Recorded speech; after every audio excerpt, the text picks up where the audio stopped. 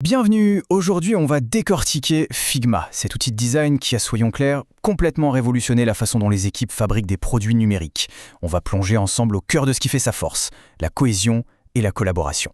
Alors partons d'un problème qui semble simple mais qui en réalité est un vrai casse-tête. Comment on fait pour garder une cohérence parfaite quand on a des centaines d'écrans, plusieurs designers et que tout change tout le temps? C'est exactement ce défi que Figma est venu résoudre. Et la solution, elle repose sur une idée toute simple, mais absolument géniale, le composant. Il faut vraiment l'imaginer comme la brique de Lego ultime, celle qui va servir de fondation à tout le château. Un composant, pour faire simple, c'est la source de vérité. Le modèle original pour un élément qui se répète partout, un bouton, une icône, un champ de formulaire, et chaque copie de ce modèle, qu'on appelle une instance, reste connectée, comme par magie, à l'original. Avant, les composants, c'était l'enfer. Il fallait changer un détail sur un bouton, il fallait partir à la chasse de ce bouton sur des dizaines d'écrans. Un travail de fourmi et surtout la porte ouverte à toutes les erreurs. Maintenant, avec les composants, on modifie l'original une seule fois et hop, tout se met à jour partout, instantanément. La cohérence, enfin, n'est plus un combat. Ok, c'est génial, mais un design ce n'est jamais statique, n'est-ce pas? Les éléments doivent pouvoir s'adapter, changer d'état selon le contexte, mais sans jamais perdre ce lien précieux avec le modèle. Alors, comment on fait? C'est là que ça devient vraiment intelligent. Est-ce qu'on doit créer un nouveau composant pour chaque version? Un bouton actif, un inactif, un avec une icône, un sans?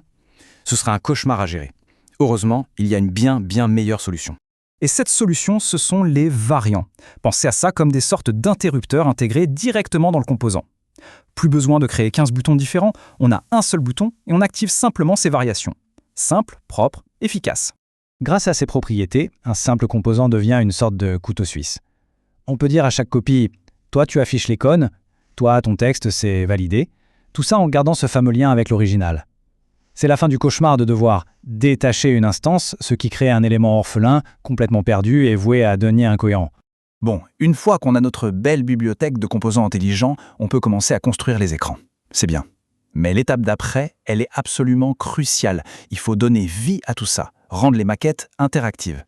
Et pour ça, la logique de prototypage dans Figma est d'une simplicité redoutable. C'est 1, 2, 3. D'abord le déclencheur, un clic, un survol. Ensuite, l'action, on va vers tel écran. Et enfin, la petite touche finale, l'animation, pour que la transition soit fluide.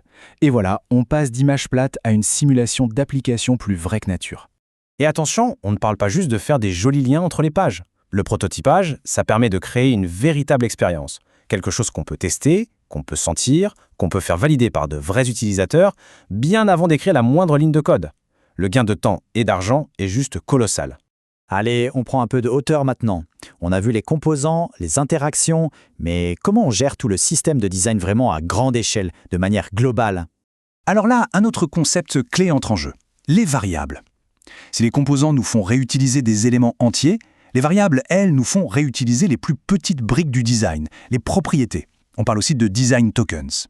Ce ne sont pas des objets, mais des valeurs. Une couleur, une taille de police, un espacement. Imaginez un peu, une seule variable, disons couleur primaire, qui va définir la couleur de tous les boutons, de tous les titres, de toutes les icônes importantes de l'application. C'est comme avoir un grand tableau de bord central pour toute l'identité visuelle du projet. Et c'est là que la magie opère vraiment. On veut changer de thème, passer d'un thème clair à un thème sombre. Ce qui avant prenait des jours de travail minutieux se fait maintenant en changeant une poignée de variables, en quelques clics. C'est tout simplement l'outil ultime pour maintenir et faire évoluer un design system sur le long terme. Ok, tout ça est très puissant, on l'a vu. Mais une question se pose. Concrètement, comment on accède à tout ça? Comment ça s'organise en fonction de la taille et des besoins des équipes? Figma a l'intelligence de s'adapter. Le forfait gratuit, le starter, est parfait pour commencer en solo ou sur de tout petits projets. Dès qu'on se met à travailler sérieusement en équipe, le plan professionnel devient indispensable, notamment pour les bibliothèques de composants partagés.